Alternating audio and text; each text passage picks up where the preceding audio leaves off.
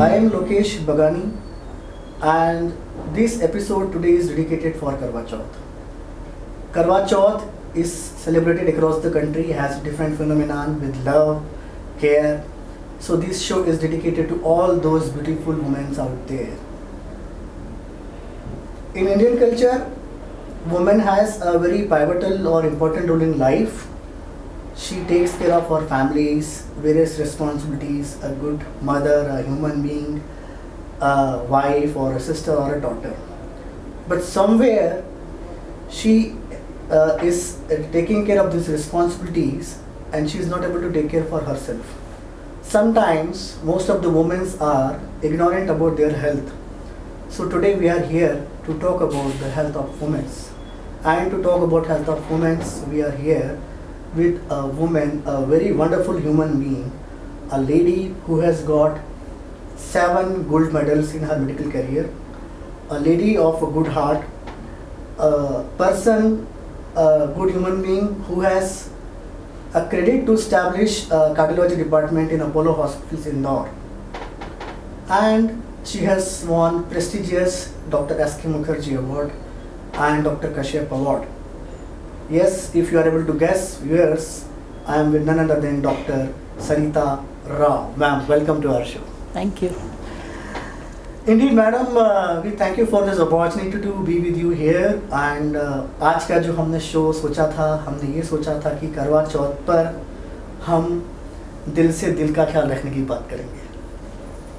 आज हम ये सोचेंगे कि इस करवा चौथ कैसे हम हमारी भारतीय महिलाएं या वुमेन, हमारी बहनें, हमारी माताएं, हमारी बेटियां अपनी हेल्थ का ख्याल रखें, दिल की हेल्थ का ख्याल रखें. तो हम आपसे उस संबंध में चर्चा करना चाहेंगे. Wonderful, sure.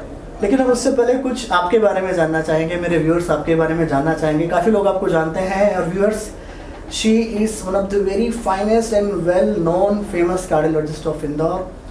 Not just because of her medical background, it's about being good human being and because of her nature. आपके पर्सनल बैकग्राउंड के बारे में बताना चाहेंगे कुछ? So about my personal background, I belong to a family of we are 4 sisters. All 4 are doctors. चारों ही हमने super specialisation किया है. एक पल्मोनोलॉजिस्ट है, एक रेडियोलॉजिस्ट है, एक रिसर्च में है और एक मैं हूँ जो कार्डियोलॉजिस्ट है. मैं सबसे छोटी हूँ. मेरे फादर इंजीनियर थे और he was working with Tata Steel. He was senior DM there. मेरी मदर एक हाउसवाइफ थी और चूँकि मेरी मदर अक्सर बीमार रहती थी तो मेरी फादर की विश थी कि हम डॉटर्स में कोई डॉक्टर बने. तो एक नहीं, हम चारों ही डॉक्टर्स बने क्योंकि ये फील्ड जब एक गई तो हम सबको अच्छा लगने लगा. एंड वी ऑल फेल्ट कि इससे अच्छा कोई फील्ड नहीं है. लोगों को हेल्प करने का इससे अच्छा कोई मौका नहीं है. So this is how my journey into cardiology started. So जैसा आप we are the 4 sisters and then as you said कि आपको ऐसे संस्कार मिले कि लोगों की सेवा करना है और मेडिकल फील्ड में जाके सेवा करना है. लेकिन आप गायनेकोलॉजिस्ट बन सकती थी, आप जनरल प्रैक्टिशनर बन सकती थी, आप पीडियाट्रिशियंस बन सकती थी. कार्डियोलॉजी क्यों? ऐसा मतलब इवेंचुअली हुआ कि आपने सोचा था? ये सवाल यू सी बचपन से ही जब मैंने बोला कि मुझे डॉक्टर बनना है, सो एक जनरल कंसेप्शन है लोगों के मन में कि she will become a gynaecologist. और मुझे हमेशा से ही कार्डियोलॉजिस्ट को देख के एक बड़ा फैसिनेटिंग ब्रांच लगता था because they would deal with emergencies.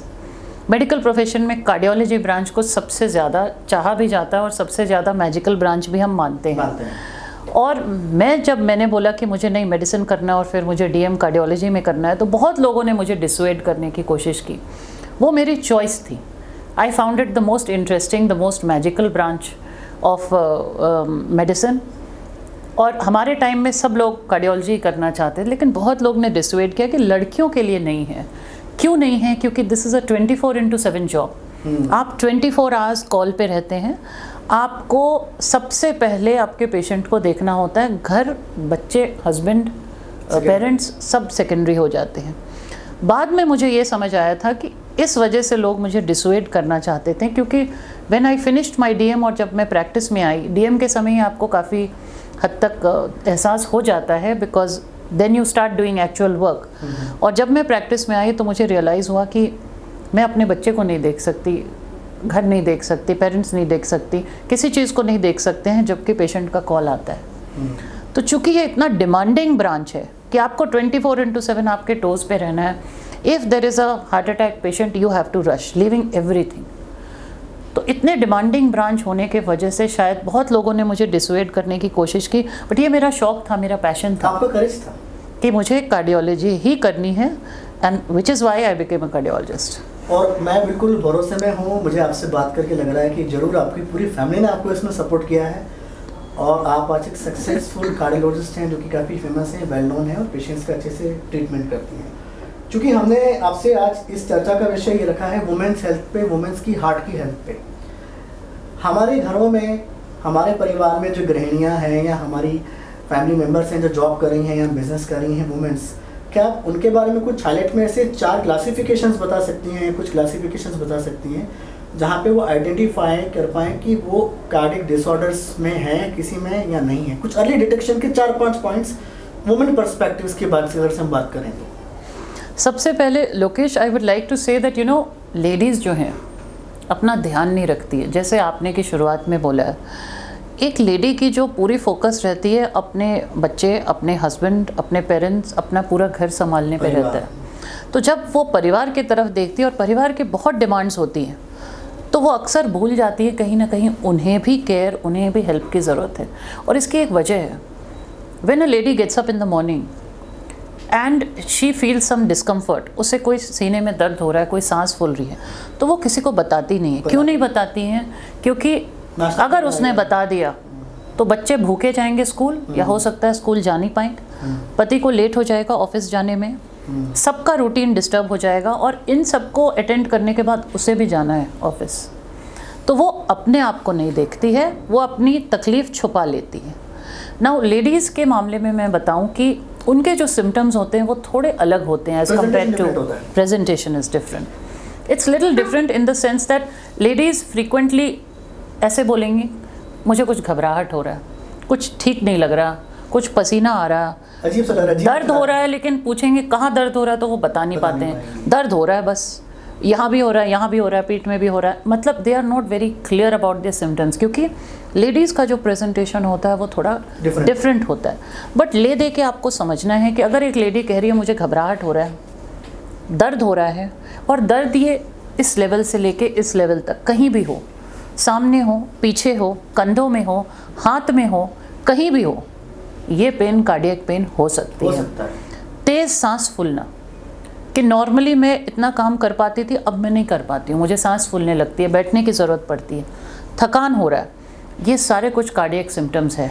मुझे धड़कन हो रही है, जैसे लेडीज़ को हम सुनते हैं वो कहती हैं कि मैं ना बड़ा घबरा जाती हूँ, कुछ भी ऐसे सुन जाती हूँ तो मेरी धड़कन बहुत तेज़ हो जाती है, मैं घबरा जाती हूँ, मुझे बैठना पड़ता है। तो पीपल एट्रीब्यूटेड कि ये डर लग रहा है उनको, ये डर नहीं लग रहा है।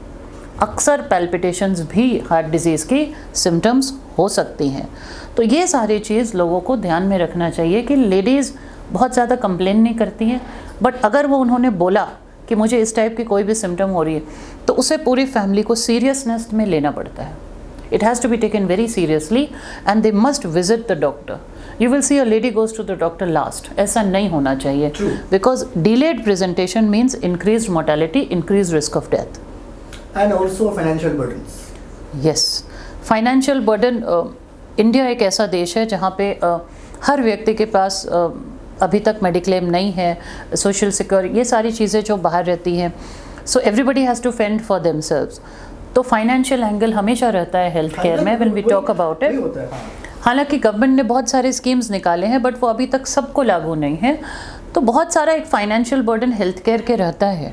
And usually you will see कि प्रायोरिटी आखिरी में लेडी ऑफ द हाउस को मिलता है। तो इस तरीके से वो अक्सर छुपाती हैं, अक्सर लोग उनकी तकलीफ़ को सीरियसली भी नहीं लेते हैं, जबकि हमें लेना चाहिए। क्योंकि अगर आप ये सोचिए कि अगर आपके घर पे आपका पूरा घर एक लेडी के ऊपर निर्भर रहता है, अगर वो लेडी उस घर पे नहीं है तो आपकी पूरी लाइफ गड़बड़ हो जाती है। तो इट इज़ वेरी इंपॉर्टेंट कि उस लेडी को सीरियसली, उनके प्रॉब्लम्स को सीरियसली देखा जाए, एड्रेस किया जाए। और अर्ली जितना जल्दी किसी भी मेडिकल सिम्टम को आइडेंटिफाई करते हैं व्यूअर्स, उतना जल्दी उसका इलाज भी हो सकता है, कम खर्चे में, कम प्रॉब्लम में, कम कॉम्प्लिकेशंस के साथ में, जैसा कि मैडम ने आपको बताया.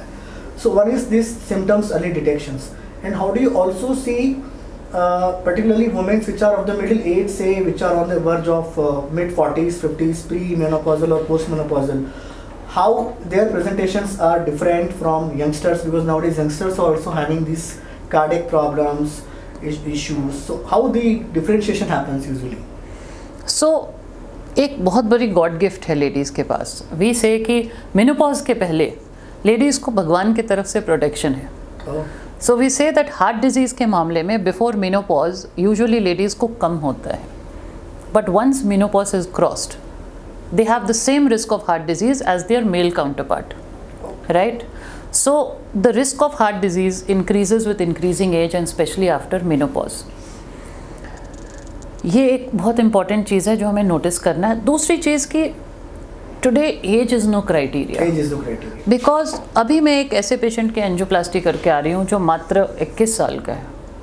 21 ईयर्स के बच्चे को जब एंजियोप्लास्टी होती है उसकी पूरी ज़िंदगी सामने है. And this is because young age में आजकल हमारी जेनेटिक एक प्रीडिस्पोजिशन है, इंडियंस को थोड़ी यंगर एज में होती है, 10 years younger.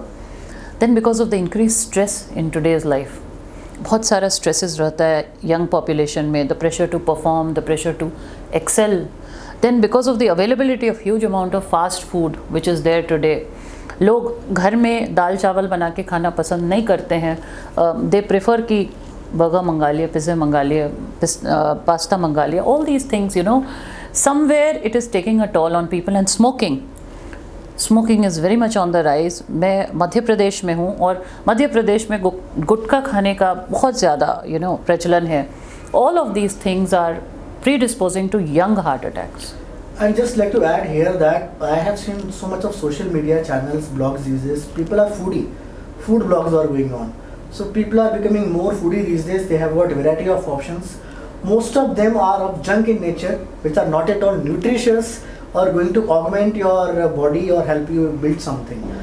So madam, another aspect which comes in the picture for this women's health in cardiology is that supposingly I understand that I have a symptom of say सांस फूलना, मैं आपके पास doctors के पास आता हूँ, तो क्या ऐसी कॉमन क्लासिफिकेशन ऑफ डायग्नोस्टिक्स हम करते हैं जिससे कि हमें कुछ कंक्लूजन पे आते हैं? और ऐसे कौन से कुछ ऐसे केसेस आपको लगता है जो आप थोड़े बहुत हाईलाइट कर सकते हैं कि ऐसे केसेस की लर्निंग थी जो यंगस्टर्स में, यंग वुमेन्स में कार्डियक डिसऑर्डर्स हुए थे? कुछ 2-3 टेक अवेज हों. So I will say first of all, Lokesh, your first question is कि when somebody comes to me कि मुझे breathlessness हो रही है, सांस लेने में तकलीफ़ हो रही है, तो हमें क्या करना चाहिए? बहुत सिंपल सी टेस्ट है कि अगर आपको सांस लेने में तकलीफ़ हो रही है या कोई ऐसी चेस्ट में डिस्कम्फर्ट हो रही है, it could be burning pain, it could be pressing heavy pain, anything, कोई भी ऐसे डिस्कम्फर्ट लेके कोई भी मेरे पास आते हैं या किसी भी कार्डियोलॉजिस्ट के पास, तो the first thing that we do is we do an ECG for the patient. एक ECG हमें देखना होता है. अगर ECG में कोई चेंज नहीं आती है तो फिर हम उनका एक कार्डियक एंजाइम टेस्ट करते हैं जिसे हम ट्रोपोनिन टेस्ट कहते हैं. And after the cardiac enzyme test, we do some other tests called an echocardiography and a TMT test.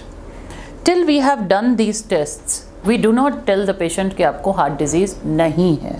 वही मैं आपसे यूर्स ये क्वेश्चन मैंने आपके लिए इसलिए पूछा कि मैं कई बार कुछ हेल्थ केयर प्रैक्टिस में मिलता हूँ तो लोग प्रेजेंटेशन लेकर आते हैं, डॉक्टर के पास आते हैं, डॉक्टर गैस का प्रॉब्लम हो रहा है, डॉक्टर मुझे हार्ट में प्रॉब्लम हो रहा है. Being a patient I have a body but I am not able to qualify कि मुझे क्या प्रॉब्लम है. मैं सिम्टम बता रहा हूँ, एग्जैक्ट डायग्नोसिस तो डॉक्टर बताएंगे कुछ टेस्ट करने के बाद या क्रॉस एग्जामिन करने के बाद. Lokesh, at this point I will say that it's very important. You see young middle aged people जो रहते हैं 40-45, these people very frequently they will come home and they will say gas हो रही है. Office में पार्टी थी या कहीं हम गए थे एंड वी हैड वेरी मसालेदार फूड एंड बहुत गैस हो रहा है, बहुत गैस इंडिजेशन हो रही है. They don't realise they are in the throes of a heart attack. I have had patients like this coming in कि मुझे एसिडिटी हो रही थी, मुझे कुछ भी और नहीं है, and when we do the ECG it's a full blown massive heart attack. The patient can be dead within minutes. So indigestion, acidity, heartburn, ये सारी चीज़ों को कभी नेग्लेक्ट नहीं करना. If you feel you are having these things और repeatedly हो रही है, please come to us, let me do some tests, let me confirm ये इंडाइजेशन है, ये गैस है सिंपल, या तो फिर ये हार्ट अटैक के चिन्ह है, लक्षण है, सिम्टम्स है. That can only be decided. Even for me I have to do some test to confirm कि ये क्या चीज़ है. So don't decide by yourself that it is gas, it is acidity, मुझे डॉक्टर के पास जाने की ज़रूरत नहीं है, मैंने पार्टी में ज़्यादा खा लिया था. That is a warning signal. Don't ignore it. And avoid self-medication because we normally pop up medications from over the counter and we think कि चलो मेरे को लॉन्ग टर्म से एसिडिटी प्रॉब्लम है, 3 दिन 4 दिन में चल रही है, 3 दिन 4 दिन में तब तक वो बर्नआउट में चली जाती है और केस कॉम्प्लिकेट हो जाता है. Absolutely, I fully agree with you because आजकल Google is so much there and there is so much knowledge. Everybody knows कि अगर एसिडिटी हो रही है तो एक रेंटैक या पेंटोसिड की टैबलेट खा लेनी है, और कई बार सरप्राइजिंगली कि पेशेंट को थोड़ा सा आराम भी हो जाता है उससे, and they forget about it. Pain हो रही है, एक पेन किलर खा लेते हैं. तो people delay in coming to the doctor and that is one of the causes कि बहुत सारे यंग हार्ट अटैक्स जो डेथ में रिजल्ट करते हैं हम देखते हैं, बिकॉज डिले होती है हमारे पास आने में. And for the heart I will say that time is muscle. The later you come to us, the less heart I can save. If the patient comes immediately, golden hour में आ गए तो we can do a lot, we can make the heart absolutely normal. 6 hours के अंदर भी आ गए तो हम बहुत कुछ आपके हार्ट को बिल्कुल ठीक कर सकते हैं. But if you come late, 1 day late, 2 day late, 3 day late, it's too late. The cardiac muscle has started dying, and that is why don't delay. So please identify symptoms by yourself. Don't be a doctor by yourself. Get in touch with a qualified doctor and get treated on right time. That's what the message for this talk is. Third, which I wanted to ask you the question is, are female on the higher risk of cardiac problems compared to the male counterparts? That is not so. We would say that females and males are equally predisposed to developing heart disease. There was a misconception earlier कि ladies को heart attack नहीं होती है, which is wrong. Ladies and men are equally predisposed to develop heart disease. Yes, pre-menopause they have a certain degree of protection. It is God provided. शायद God ने ये सोचा है क्योंकि before menopause एक lady को बच्चे bear करनी होती हैं. She has to look after small children, which is why she has a God-given protection. But post-menopause, the incidence, the frequency is same. Same. And as you said, the presentations are different in women comparative to the men for the heart disease. What are the common procedures are being performed like in the cardiology for women? So the procedures which we perform for women and men are basically the same. For example, if a lady has a heart attack, then she will undergo an angiography and may require an angioplasty or a bypass surgery. अगर ladies को valvular problem है, valve में कोई दिक्कत है, leakage है, stenosis है, तो इन दैट केस हम valve की बलूनिंग कर सकते हैं, हम valve का रिप्लेसमेंट कर सकते हैं. अगर किसी को दिल में छेद है तो हम उसे एक डिवाइस के माध्यम से उसको जाके छेद को हम बंद कर सकते हैं if it is amenable to device therapy. So there are lot of procedures which we do, but the procedures are similar for men and women. So there is no differentiation as such. No differentiation as such. And this heart problem, if they are associated with diabetes, if they are associated with some other disorders? Again, diabetes per se is supposed to be concomitant with heart disease. Why? Because जिनको diabetes है और uncontrolled diabetes है तो sooner और letter उन्हें heart की problem होगी ही. 95% of diabetics they develop cardiac problems and that is in the form of coronary artery disease. यानी कि हार्ट, हमारे हार्ट को 3 नसें सप्लाई करती हैं, उनमें जब ब्लॉकेज हो जाता है तो इसे हम कॉर्नरी आर्टरी डिजीज़ बोलते हैं, जिसकी वजह से पेशेंट को पेन होता है, हार्ट अटैक होती है, ये सारी चीज़ें. तो डायबिटिक पेशेंट्स को बहुत हाई इंसिडेंस होती है हार्ट अटैक होने की. हमने ये भी सुना है कि साइलेंट हार्ट अटैक्स होते हैं. Yes, because in diabetics they don't feel pain, they feel breathlessness, which is why diabetics come to the doctor late. You know, India is the diabetic capital of. नहीं होता है, and then when they come कि you know I was able to walk 5 kilometers, I can't walk anymore, or they'll come and say कि आज सुबह सांस फूल गई थी, and we do an ECG, there's a full blown heart attack, and when we'll tell them कि आपको heart attack हुई है, they're not ready to accept. मुझे तो दर्द ही नहीं हुआ. Even without दर्द हार्ट अटैक होती है. So diabetics have silent heart attacks and that's an important message कि उनको सांस जैसे ही फूलती है, they have to come to the doctor. और जैसे आप बता रहे हैं कि वॉल्स से रिलेटेड भी काफ़ी प्रॉब्लम्स होती हैं, और मैं आपके बारे में जितना पढ़ पा रहा हूँ, आपने काफ़ी कुछ फेमस प्रोसीजर्स इंडिया में किया है. I think you have the credit to the first TAVI procedures in Madhya Pradesh. Yes, now TAVI, Lokesh, is a procedure for, it's a transcutaneous replacement of aortic valve. पहले जो पिछले 20 साल में जो एओर्टिक वाल्व रिप्लेसमेंट होती थी तो उसमें पूरा स्टर्नम को ओपन किया जाता था. It was an open heart procedure. Patient को काफ़ी टाइम लगती थी रिकवर करने के लिए and it was a major procedure. Now what we have come with is it's a transcutaneous aortic valve replacement, यानी कि जिस तरीके से हम एंजियोप्लास्टी करते हैं एक सुई के माध्यम से, उसी तरीके से हम एक नीडल डाल के उसके माध्यम से हम वाल्व को ले जाते हैं and we implant the valve at the aortic valve and the patient goes home in 2 days. और कोई भी स्कार नहीं रहती है.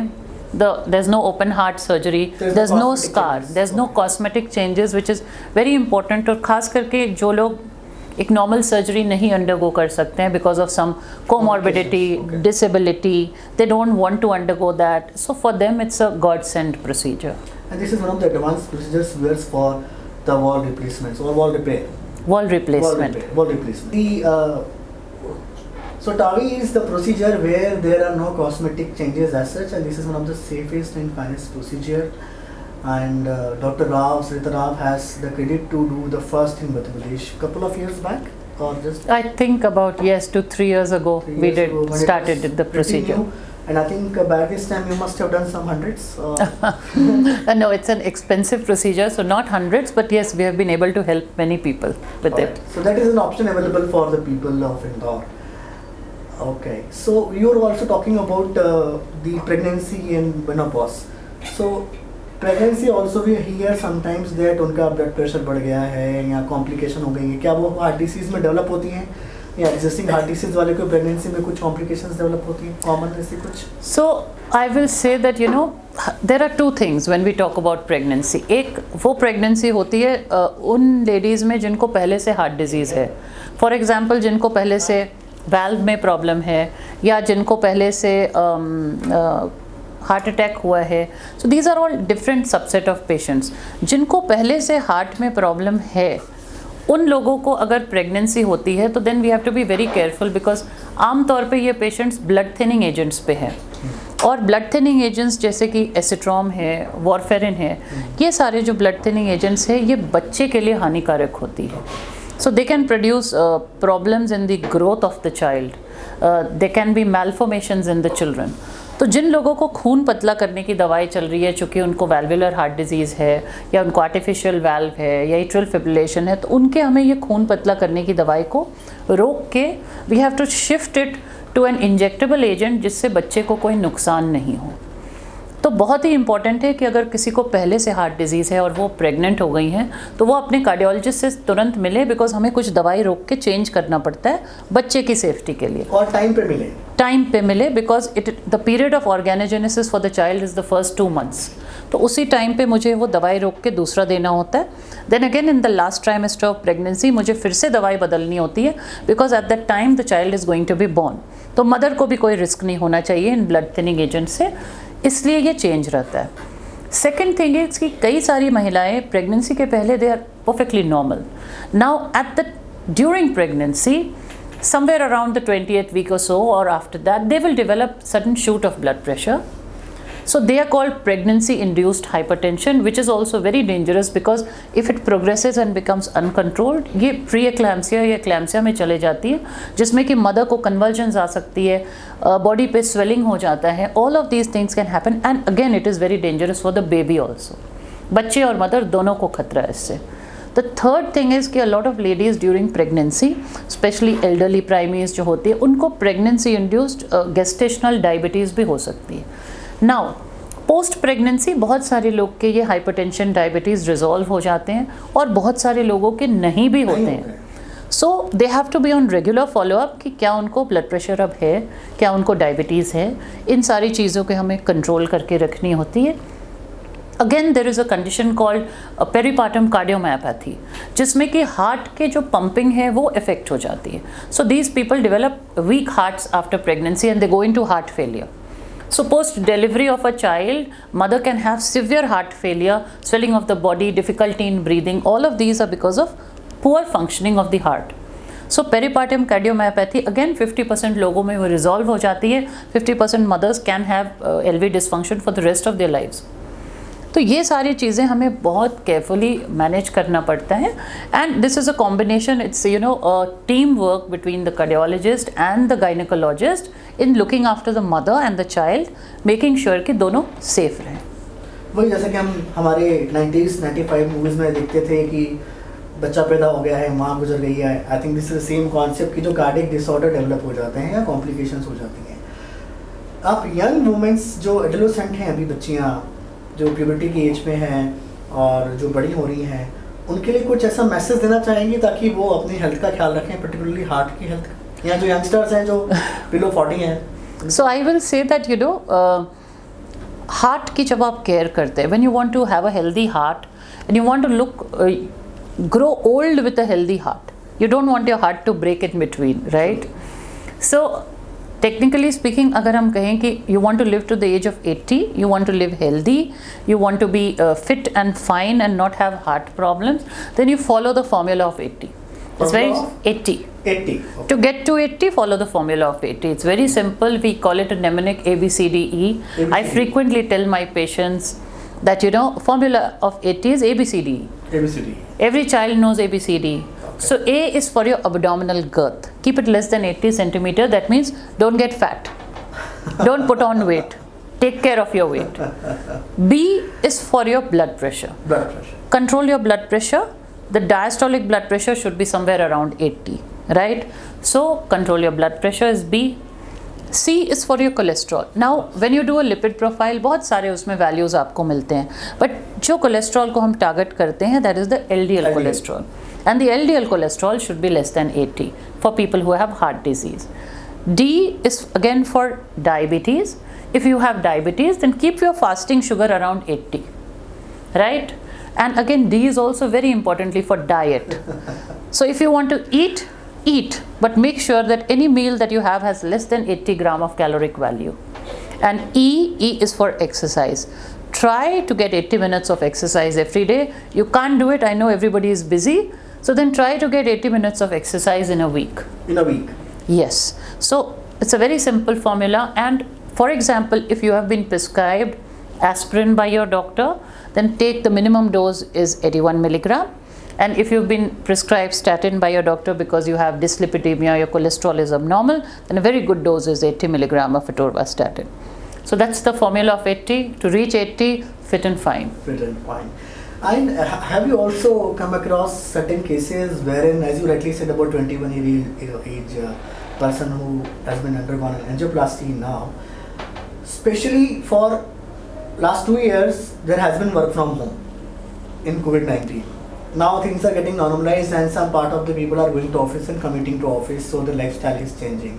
So 2 years, they must have developed some kind of complications which they may be aware, they may not be aware, because of due to work from home, no exercise and being cozy and working. Any message you have for that? Right, because अभी 2 साल होने के बाद अब सब खुला है, तो अब चीज़ें डेवलप होना चालू हो सकती हैं. Absolutely. पिछले 2 साल में what we have seen is, सबसे पहले I lost a lot of patients. You know why? They died. Many patients died. Cardiac patients, elderly patients. जब ये कोविड वेव आई थी तो बहुत सारे लोगों के मन में डर था, वो अपने रूटीन चेकअप्स के लिए नहीं आए। और जब आप रूटीन चेकअप के लिए नहीं आओगे तो आपके मेडिकेशन एडजस्ट नहीं हो सकती, आपको कुछ प्रॉब्लम डेवलप हो रहा है वो टाइम पे पिकअप नहीं होगी।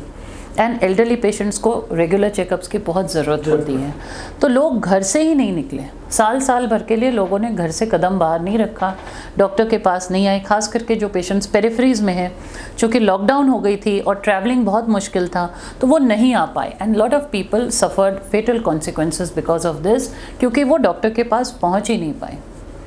One is that. Second is that, चूँकि लॉकडाउन में लोगों ने घर, अब it was not possible for a lot of people to exercise at home, और सड़क में निकलने में बहुत डर लगती थी, क्योंकि यही नहीं पता था कि किसको कोविड है और किसको नहीं है।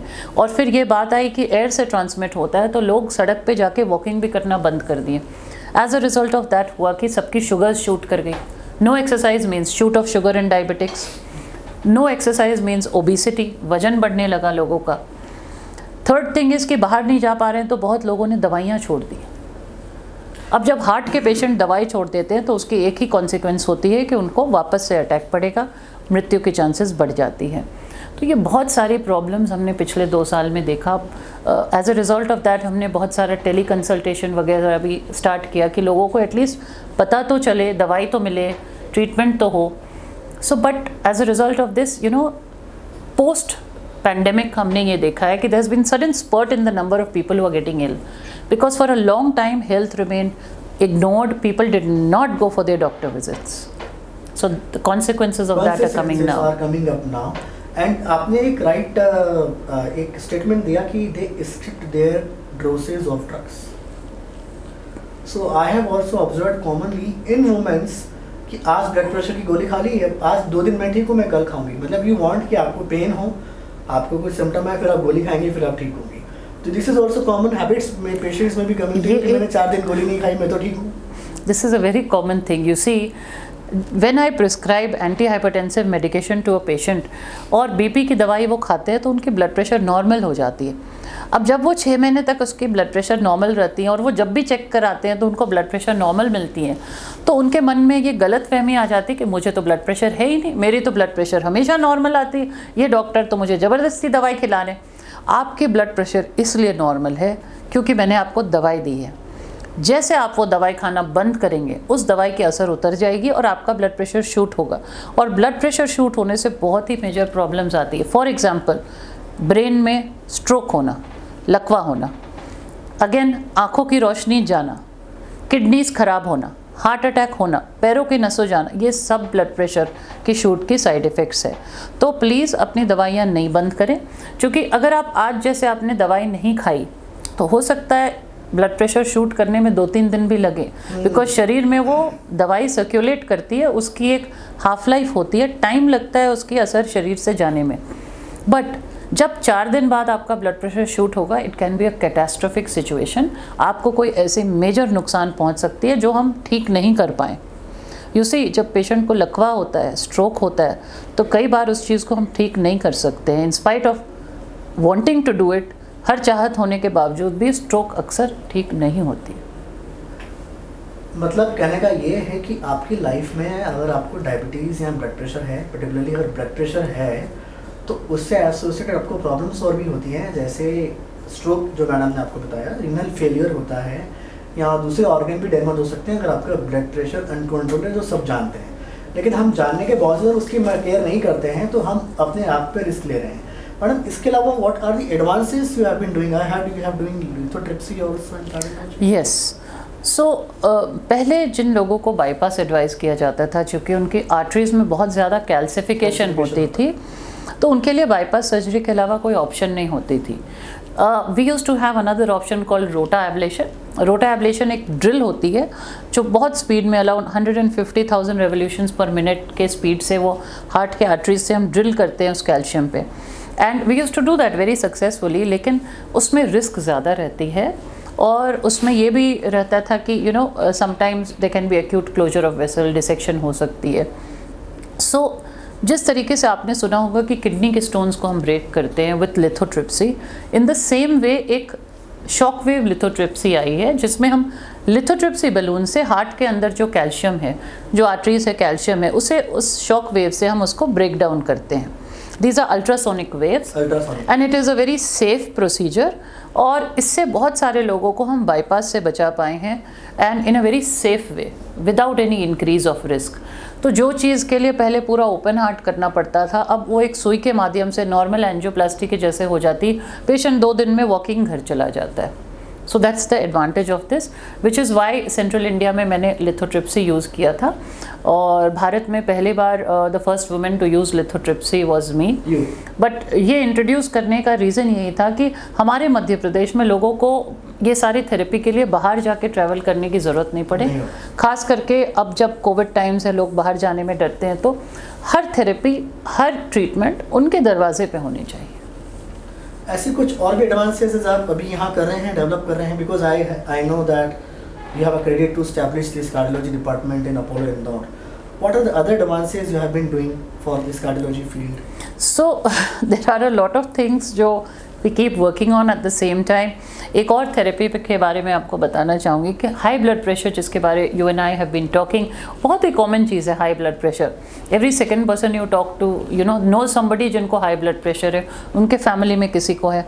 तो हाई ब्लड प्रेशर ऐसी चीज़ है जो रहती है और ज़िंदगी भर रहती है। So there has been one therapy which we have developed. It's called renal denervation therapy.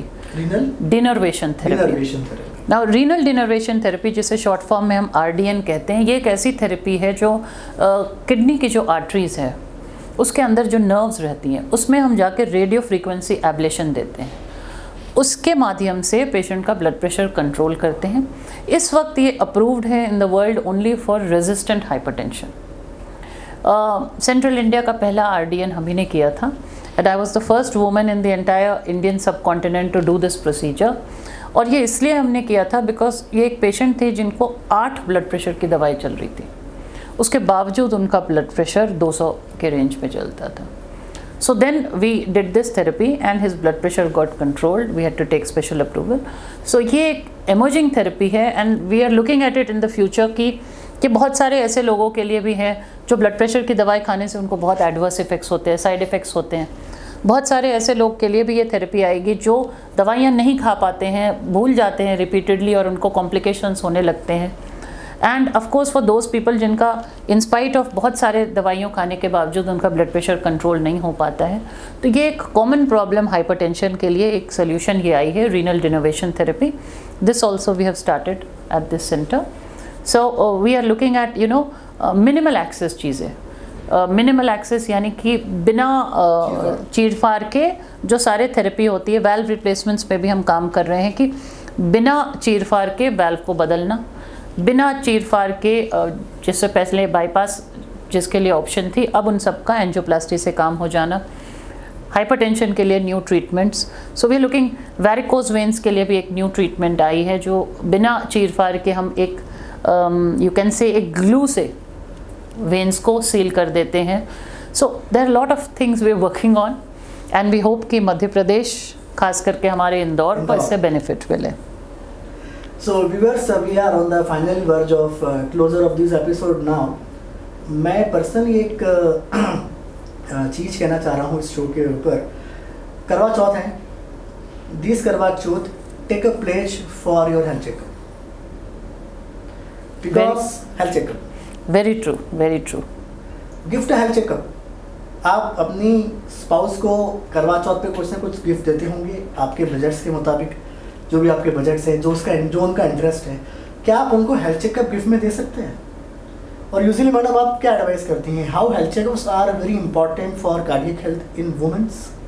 Very important Lokesh, बहुत ही इम्पॉर्टेंट पॉइंट आपने बोला है कि कोई भी व्यक्ति ये नहीं सोचता है कि मैं एक हेल्थ चेकअप पैकेज गिफ्ट करूं अपनी वाइफ को या अपनी मदर को, और ये बहुत ही ज़रूरी है क्योंकि after the age of 25 years 25-30 years हर व्यक्ति के शरीर में कुछ ना कुछ चेंजेस आती है और दैट इज़ द टाइम कि आपको एनुअल हेल्थ चेकअप हर साल एक बार आपका हेल्थ चेकअप होना चाहिए, खुद का भी, आपके वाइफ के भी, आपके मदर के भी, आपके फादर के भी, बिकॉज आप सब उस रेंज में आ जाते हैं जबकि खतरे की घंटी स्टार्ट हो जाती है। So health checkup is very important. They are all very subsidise, बहुत सब्सिडाइज्ड रेट्स में ये किया जाता है और ये इसलिए किया जाता है क्योंकि ये प्रिवेंटिव हेल्थ चेकअप है। प्रिवेंटिव का मतलब है कि आप बीमार नहीं हो। ये हम इसलिए नहीं करते हैं कि आप बीमार है, ये इसलिए करते हैं कि आपकी बीमारी होनी नहीं चाहिए, सो दैट टाइम में हम उस चीज़ को पकड़ लें और उसका हम इलाज कर दें ताकि आपको कभी हॉस्पिटल में एडमिट होने की ज़रूरत ही नहीं पड़े। तो gift a health checkup is a very good concept. और आजकल मैं देख रही हूँ कि बहुत सारे यंग बच्चे जो अ लॉट ऑफ देम खास करके जो बाहर से आते हैं, they come here, they take the parents and they bring them here कि नहीं मुझे हेल्थ चेकअप करानी है आपको। I also have some patients जो मेरे पास आते हैं कि हमारे बच्चे ने ये अरेंज किया है, they have arranged it through the internet that we have to come to you for a health checkup. Technology, तो अवेयरनेस बढ़ रही है, टेक्नोलॉजी बढ़ रही है, उसकी आप एडवांटेज लीजिए और अपने आप को स्वस्थ रखें, हेल्दी रखें। So thank you very much ma'am for your kind words.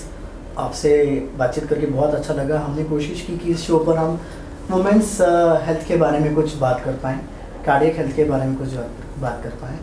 The health talk show channel पर लोकेश बगानी की ओर से बहुत बहुत शुक्रिया, धन्यवाद। Thank you.